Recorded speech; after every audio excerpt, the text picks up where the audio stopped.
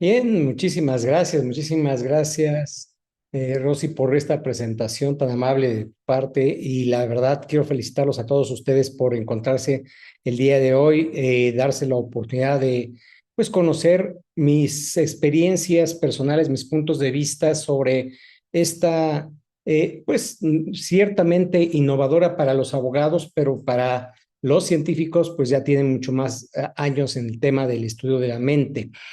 Y pues como lo acaban de escuchar, su servidor pues tiene pues muchísimos años de experiencia fundamentalmente en el ámbito jurisdiccional.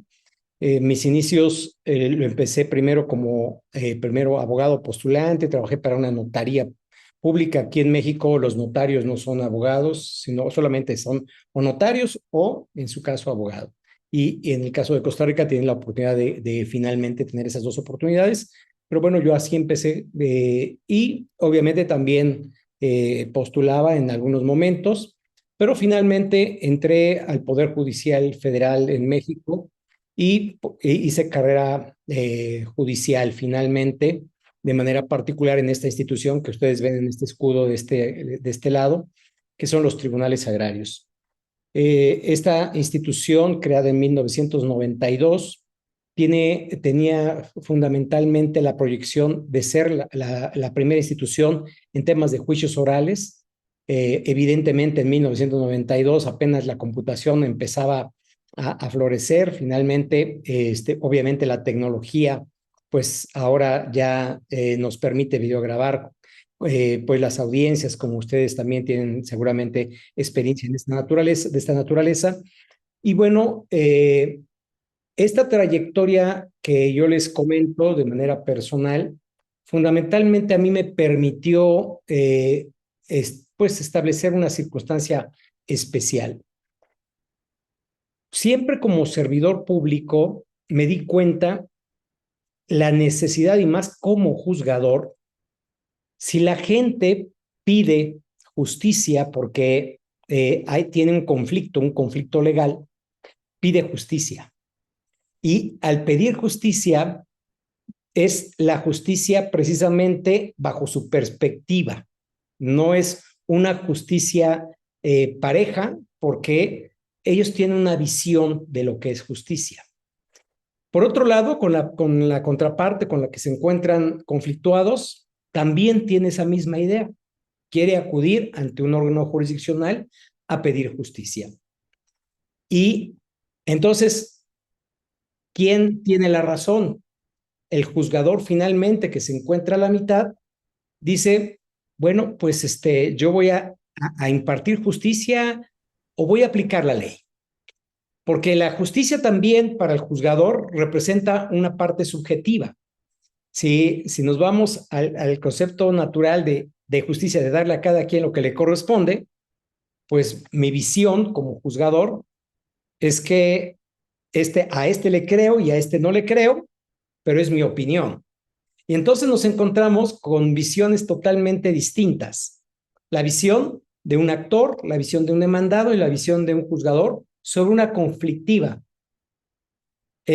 Yo soy mucho de dichos, los dichos de mi abuela, y dicen en México que nadie conoce el fondo de la olla más que la cuchara. ¿A qué significa? Que en este sentido, si usted imagínense una olla de frijoles, ¿no? La cuchara es la única que conoce realmente el fondo del problema.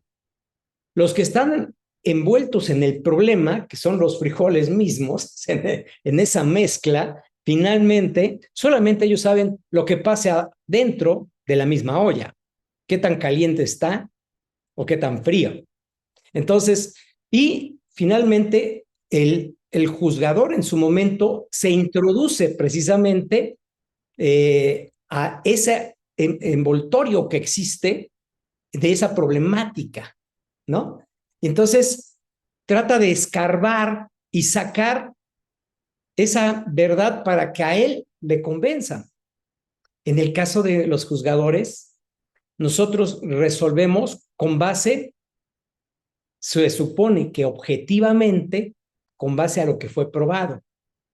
Pero lo que nos haya convencido, ¿por qué? Porque las pruebas Ojo, en juicio, las pruebas no son de verdad. Las pruebas son de convencimiento. Entonces, los abogados postulantes lo que pretenden con respecto del juzgador es convencer al juzgador de su verdad. La verdad de la justicia que pide el actor o la verdad de la justicia que pide el demandante. Y por eso se crean figuras jurídicas, los medios alternativos de solución de controversias, como es el arbitraje, como es la mediación, en donde ustedes, de manera particular, se están capacitando. Yo decía, en ese procedimiento que observé en los tribunales agrarios, la primera etapa que nosotros realizábamos era la etapa de conciliación o de mediación. ¿Sí? Dicen que tiene una característica, una connotación diferente cada una de estas etapas, pero finalmente lo que se busca es que las partes se encuentren convencidas finalmente del arreglo al que van a llegar. Y yo les decía a ellos, a las partes, que es la parte más importante de cualquier conflictiva, los propios interesados. Los propios interesados, si ustedes me piden a mí justicia, están muy equivocados, porque la opinión de justicia de usted no es la misma de su contrincante. Y mi opinión de justicia también va a ser diferente. ¿Por qué pedirle justicia a un tercero si ustedes pueden resolver sustancialmente la controversia? Ustedes saben dónde fue, o sea, cuáles fueron las obligaciones contraídas por las partes y cuál fue el incumplimiento finalmente que motivó precisamente que hoy se encuentren ante un mediador o un conciliador, porque estábamos hablando de que en el proceso judicial agrario, que todavía sigue, está en ese mismo contexto. Entonces, se busca primero la etapa conciliatoria. Entonces yo decía, lo mejor es que antes de que pasemos a la etapa contenciosa, ustedes resuelvan el problema ustedes mismos. Es lo mejor que pueden hacer. Porque si me piden a mí que lo haga, yo no sé si su abogado realmente esté lo suficientemente capacitado, o por otro lado, si estuviera capacitado, yo no sé si tiene de alguna manera todos los medios probatorios para que finalmente me convenzan de la verdad que tienen ustedes. Así es que lo mejor era buscar una negociación. Esto que, como les estoy platicando, fue un precedente final entre otras condiciones o características que me motivaron a mí de manera personal a aprender un poquito de cómo la mente toma las decisiones. La clase de hoy, exactamente así se llama, neurocomunicación, ¿sí? Aprende o cómo la mente toma decisiones. ¿Y por qué razón es importante finalmente la toma de decisiones? Yo fundamentalmente, hoy que me dedico también, aparte de la consultoría jurídica, también me dedico a temas de capacitación, como lo acaban de escuchar. Doy un entrenamiento que se llama el abogado de resultados. Y aquí hago una referencia muy importante. Cada uno de ustedes, los resultados que tienen en este momento están precedidos por las acciones que tomaron. Y estas acciones están precedidas por sus decisiones, ¿sí? O sea, estas acciones están precedidas por estas decisiones y estas decisiones están precedidas por su forma de pensar. Si quieren cambiar sus resultados, la única manera que tienen de cambiar estos resultados no es solamente cambiando las acciones. ¿Por qué? Porque probablemente la motivación que tengan para realizar las acciones se acabe. Entonces, ustedes lo que tienen que hacer es cambiar su forma de pensar para que tomen las mejores decisiones y estas mejores decisiones les lleven a mejores acciones y como consecuencia a nuevos resultados. Esto que les digo también es parte de lo que ustedes hacen y que ustedes pueden motivar finalmente a la gente que está involucrada en una controversia. Si ustedes saben que están en este momento, en esta conflictiva, es el resultado que tienen. Las acciones que precedieron a este resultado, ¿verdad? Es el punto álgido, ¿verdad? El punto que tienen que ustedes identificar, ¿sí? Como nada más las acciones. Pero realmente, como nos estamos dando cuenta, están precedidas por unas decisiones previamente y como consecuencia por la forma de pensar de cada una de las partes en cualquier negociación. Entonces, por eso es muy importante, y para mí fue muy importante, aprender cómo el cerebro toma estas decisiones. Y entonces me empecé a introducir un poquito a los temas de la neurociencia. Como ustedes podrán ver, mi nombre lo presido, precisamente mi marca personal, Georg Sileski, está precedida por el DR de doctor. ¿Por qué lo hago? Ese es un tema de marca personal para identificar que no soy médico, como podríamos considerar, sino doctor en Derecho, ¿no? Y finalmente la gente que me conoce, ¿verdad? O que cuando menos identifica mi nombre, como Georg Sileski y presidido por el doctor, dice, esta persona de saber. ¿Por qué? Porque es un doctor, ¿no? Entonces, bueno, en ese sentido, bueno, depende del país a donde te encuentres, es mejor tener el nivel de maestro que el doctorado, pero bueno, en el caso de México es mejor el doctorado, que es el nivel académicamente más alto. Después, bueno, sí, los postdoctorales, etcétera, pero finalmente es un nivel importante académico. Y bueno, es cierto, también mi padre es médico, él sí es médico y él vive allá en Costa Rica. Él ya, pues obviamente ya es una persona ya de edad, ya jubilado. Y también siempre me interesó, él me inculcó primeramente el tema de el conocimiento, ¿no? Y el de buscar la excelencia en este sentido. Y ustedes, cada uno de ustedes que están aquí como oyentes, es lo que deben ir buscando finalmente, la excelencia. Pero la excelencia está vinculada al tema ético. O sea, no es nada más personal, ¿sí? Está vinculado a que hagas tu trabajo de la mejor manera para que den ustedes el mejor servicio, ¿sí? En excelencia. Ahora bien, si me permiten, voy a compartir un poquito mi pantalla para ser un poquito más guía de ustedes y les sea mucho más ilustrativo lo que yo les voy a mostrar. Y espero pues ser muy ejecutivo para rápido, para que finalmente ustedes puedan comprender todos los conceptos, la parte más sencilla. Bien, la neurocomunicación también sirve para las negociaciones, en este caso como mediación o las negociaciones en general. Su servidor, el doctor Georg Sileski, creador de la comunidad jurídica de Abogados en Acción y entrenador de un método que se llama método de expansión de conciencia, que finalmente, pues yo nada más les puedo dar al final un comentario y quienes estén interesados en conocer este tema, también que está relacionado con programación neurolingüística, hipnosis, finalmente busca que la gente tenga resultados. Bueno, primera pregunta, ¿por qué nos comunicamos? Esa es la primera pregunta que te puedes hacer y que cualquier persona va a tener el interés de aprender. ¿Por qué nosotros nos comunicamos? Y ustedes se recordarán muchísimas, no hay una infinidad de películas, porque muchas veces es bueno, cuando ves películas son muy ilustrativas. Y, por ejemplo, una de Tom Hanks, donde se supone que se sube a un avión de esos de mensajería, un FedEx, que finalmente se descompone y cae en el mar y finalmente él llega a sobrevivir de ese acuatizaje y él se queda en una isla, pero completamente solo. Y se pone a hablar con una pelota. Si ustedes se acordarán de esa película, bueno.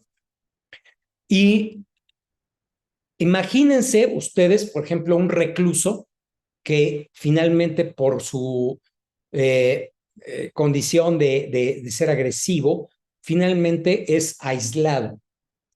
Finalmente esa persona, hasta dicen que una gente que se así en esa condición, se puede volver loco, ¿no? O sea, porque se pone a hablar simplemente con sus propios pensamientos, ¿no? Entonces, en este sentido, ¿por qué nos comunicamos? Nos comunicamos como una necesidad. ¿Por qué? Porque el ser humano es un ser social en este sentido. Y como ser social, tenemos esa, de alguna manera, disposición de estar en contacto con la gente. Y probablemente no escuchemos y no podamos hablar. ¿Por qué? Porque Dios no nos dio esa oportunidad de nacer con el habla y con la escucha. Pero finalmente hay un lenguaje que nos permite comunicarnos, que es el lenguaje de señas, que nos puede permitir comunicarnos con las personas. Y ahorita lo vamos a ir viendo más adelante. Entonces, consideren que nosotros nos comunicamos como una necesidad. Y así lo podemos ver desde la creación desde la humanidad y cómo también nos vamos comunicando. No solamente nos vamos comunicando a través del lenguaje, sino a través de las pinturas, ¿verdad? Como lo podemos ver, las pinturas rupestres, finalmente los jeroglíficos griegos, pero también nos comunicamos de manera física, como lo podemos ver en esta imagen que ustedes pueden ver en la parte inferior de su izquierda, y también nos podemos comunicar, obviamente oralmente, como un orador que ustedes pueden ver en la cuarta imagen. Esa es la forma y nosotros tenemos esa necesidad y cada uno tiene la necesidad de comunicar e incluso para la posteridad. Lo podemos ver cómo lo hicieron los primeros habitantes, ¿no? de la Tierra, que finalmente a través de estos dibujos nos muestran finalmente lo que ellos hacían. ¿Ok? Ahora, del lenguaje como un medio de supervivencia. Ahora, ¿qué distinción vamos a encontrar entre el lenguaje y la simple comunicación? Me voy para atrás. El lenguaje finalmente es algo más estructurado, no es la simple comunicación. Nos damos cuenta que aquí, por ejemplo, en las pinturas rupestres pudiera existir algún lenguaje. Bueno, pues todavía los que están analizando esos pueden decir aquí hay y quieren dar un mensaje, es un lenguaje. Pero es muy claro que en el caso de como estas jeroglíficos escritos, bueno, que son dibujos finalmente, nos permiten decir que hay un lenguaje escrito a través de dibujos, como los jeroglíficos, y el lenguaje es algo más estructurado. Tú te puedes comunicar como las primeras sociedades a través de sonidos guturales, a través de simplemente silbidos, como algunas comunidades indígenas todavía en el Brasil, que puedan comunicarse a través de silbidos. Y bueno, otro tipo de comunicación es muy clara, ¿no? La comunicación por humo, ¿no? Cuando no existía el teléfono, pues las fogatas y el humo que se provocaban para dar alguna señal finalmente formaba parte de una comunicación. Pero entonces ya el lenguaje ya es algo más estructurado, ya finalmente nos va a permitir comunicarnos de manera mucho más adecuada para que la gente nos entienda.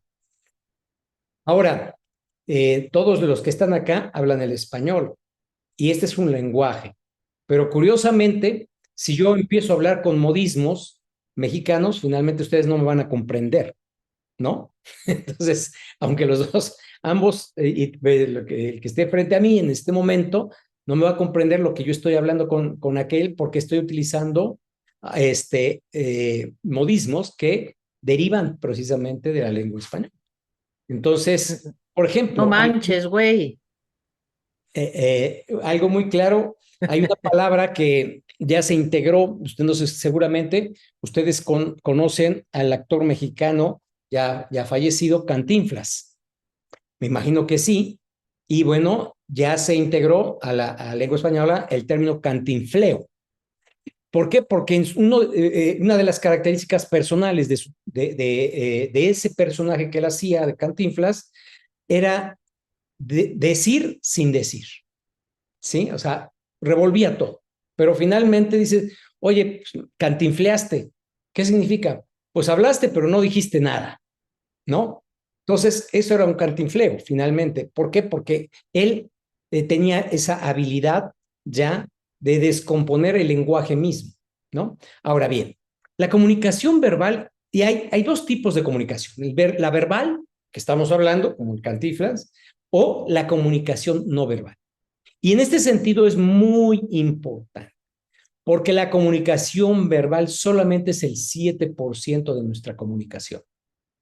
Y el resto es la expresión corporal y la energía, como lo vamos a ver en este momento.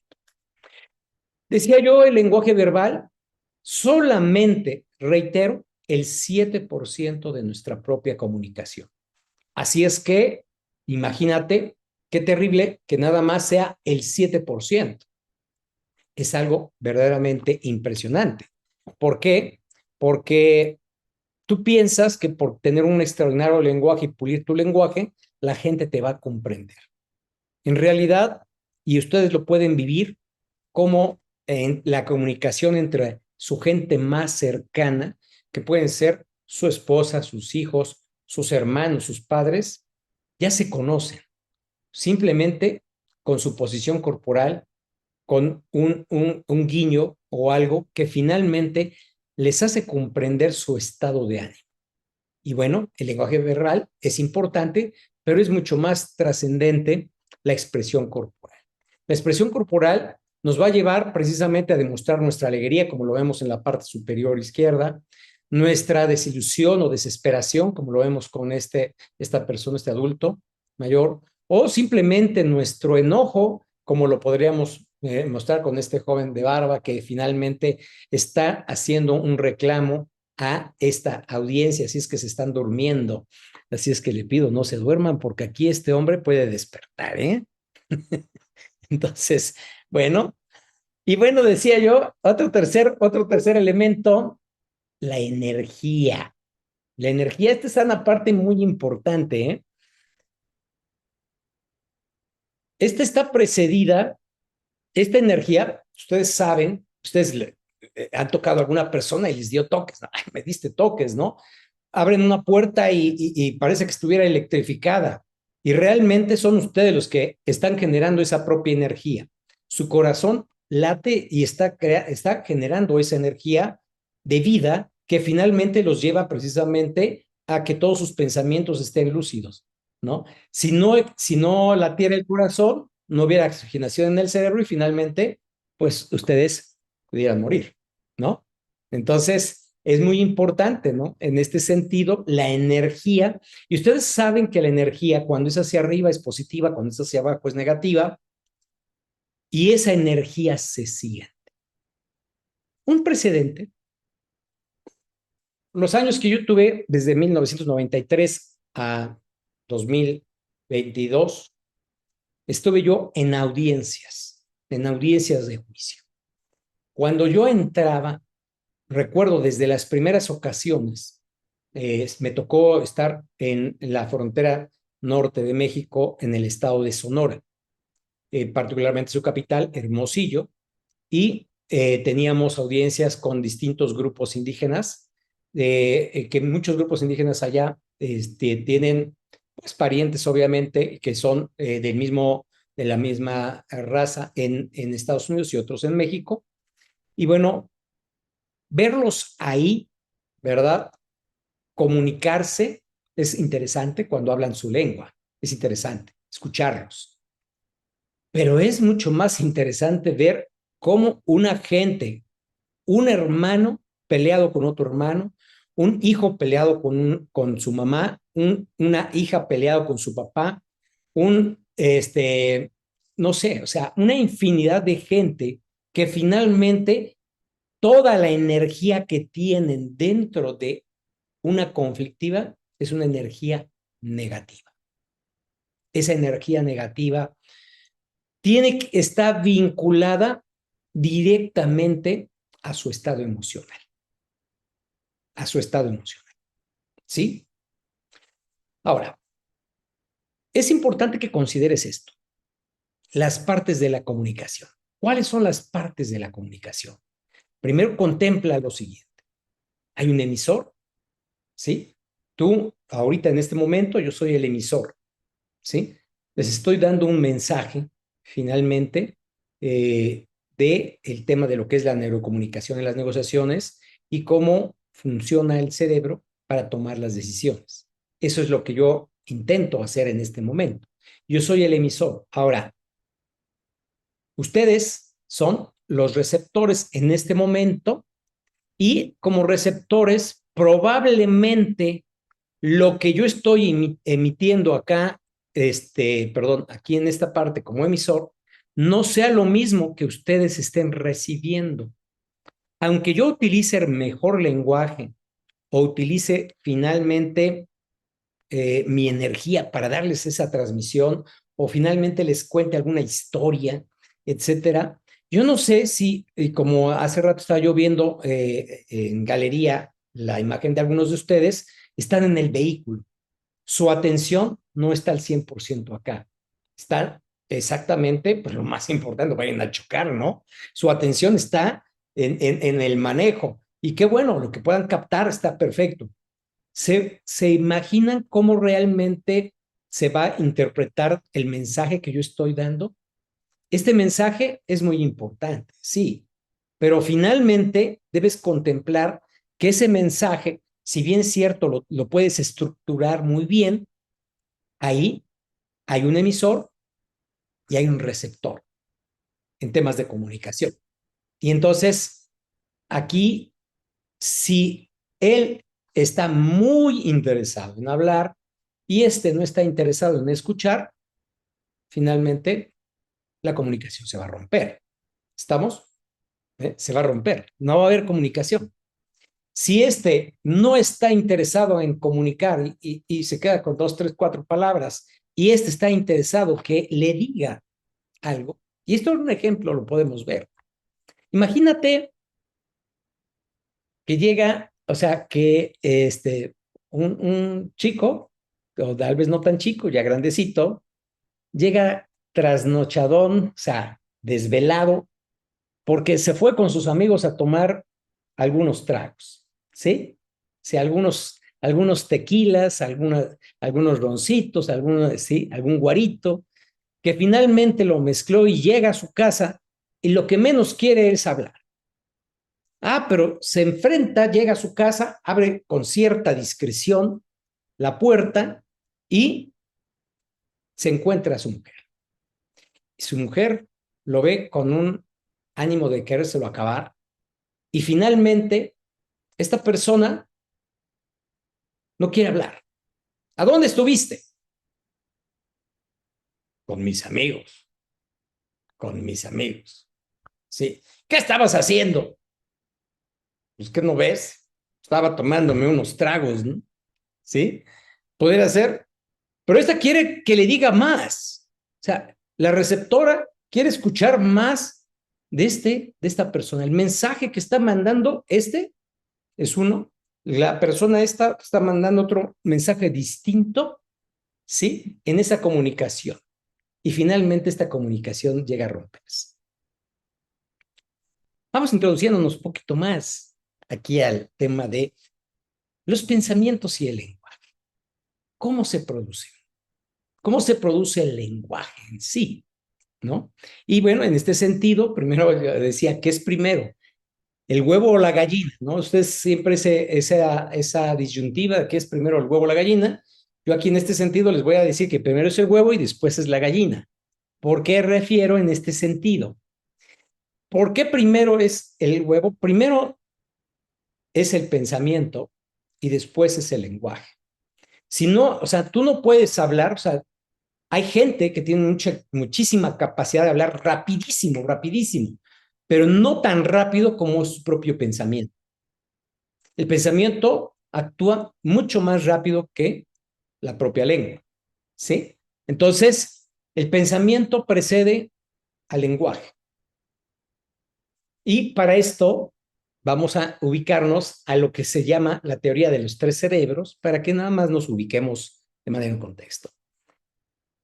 Ustedes conocen la masa encefálica, la imaginan, y tenemos el primer elemento que ustedes pueden ver, que es el neocórtex, ¿no? compuesto por distintos lóbulo frontal, los parentales, occipital, ¿sí? Y cada lóbulo tiene una función específica. Y además, ustedes saben que tenemos un derecho y un izquierdo, finalmente un ejecutivo y un creativo, un analítico, ¿sí?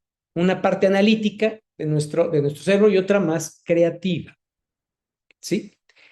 Nuestro cerebro está compuesto por esta es la parte más racional de nuestro cerebro, es la parte, se dice que de la humanidad en general, este es lo más nuevo que existe.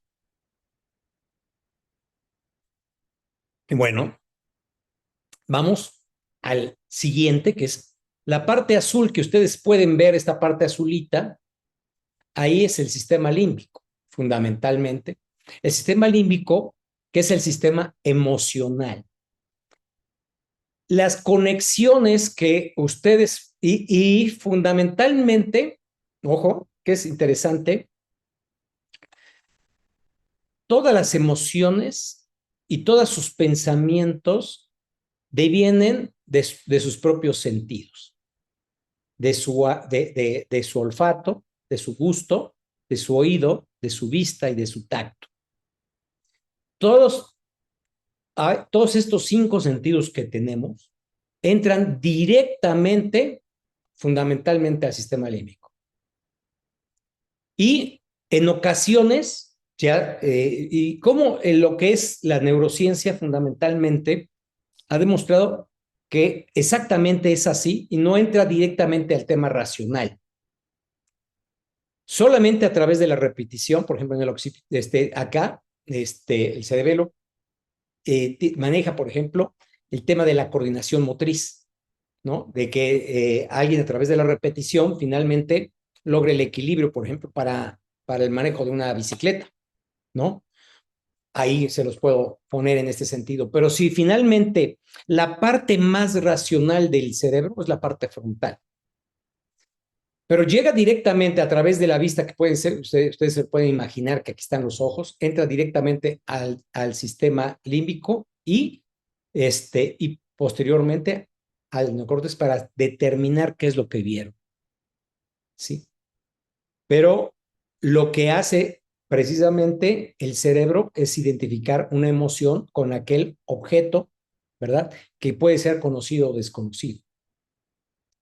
Y bueno, esto es lo que sucede con el sistema límbico y el reptiliano, que es la parte más antigua y precisamente se le llama reptiliano porque son los reptiles los primeros que tuvieron este tipo de cerebro y que nos mantiene alerta, que nos mantiene vivos. No necesitas tú pensar para que lata tu corazón, para que respires, para que tengas la digestión, ¿sí? No necesitas tomar decisiones, ¿sí?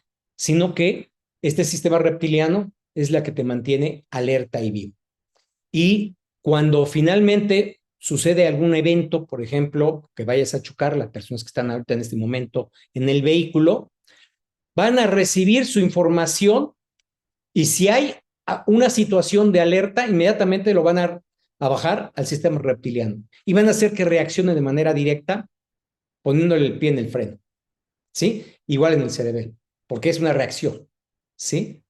Y si fuese una mujer, por ejemplo, el caballero que estaba yo viendo en el vehículo, ve de momento a una mujer guapa ahí, lo primero que va a hacer es ubicar dentro de su hipotálamo alguna historia, incluso racionalizando ahí sí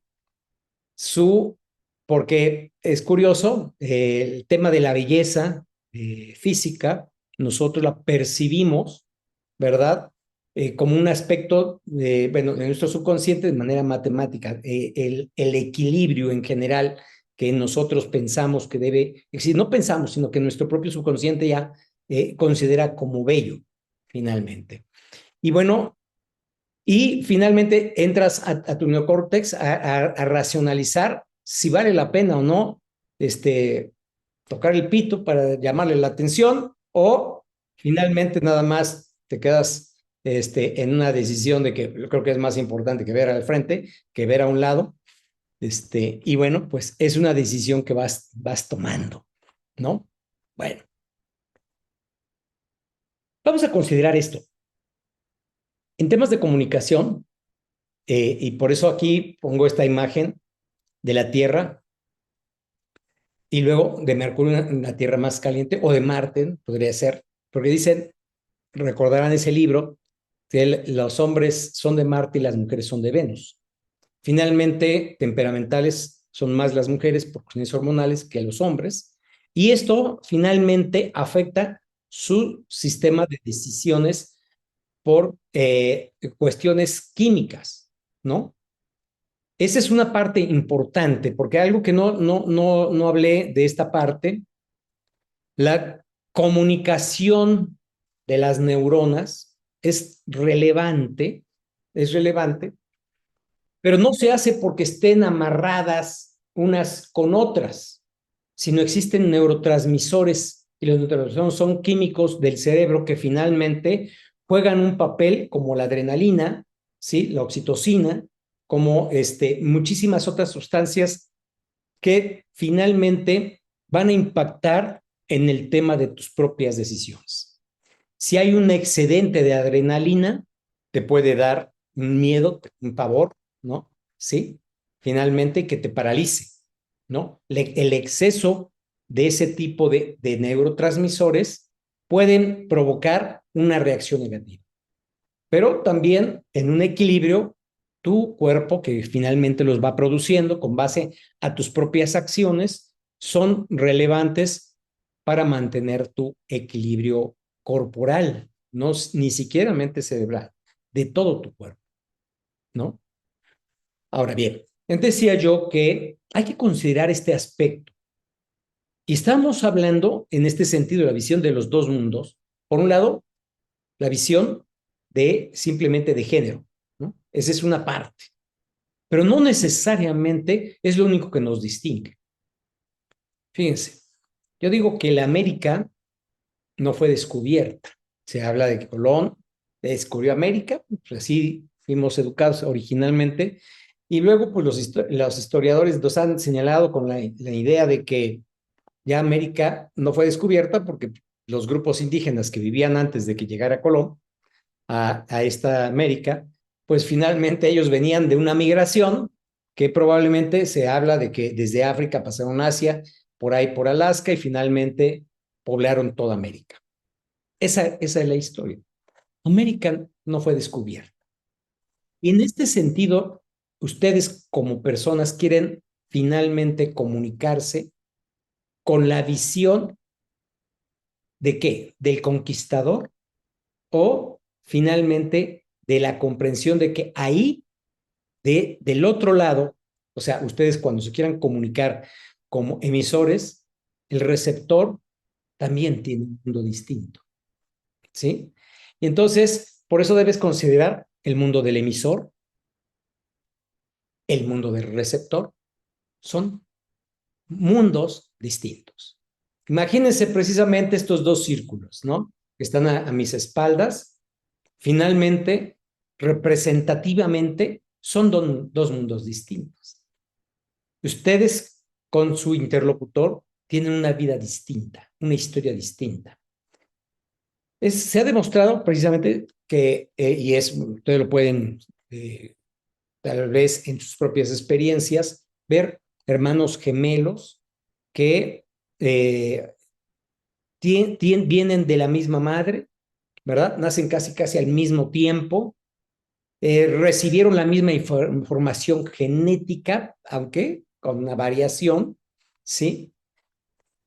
La educación fue igual y la percepción de cada uno de estos individuos fue distinta y finalmente sus resultados puede ser uno que lo lleve a una depresión y al otro totalmente a una felicidad y al éxito.